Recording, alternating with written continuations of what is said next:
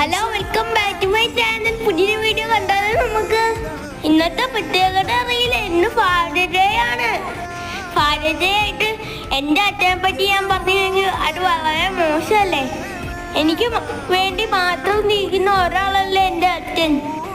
എൻ്റെ വീഡിയോ കാണുന്നവർക്ക് മനസ്സിലായി കാണാൻ എൻ്റെ അച്ഛൻ എത്ര മാത്രം തേക്കുന്നുണ്ടെന്ന്.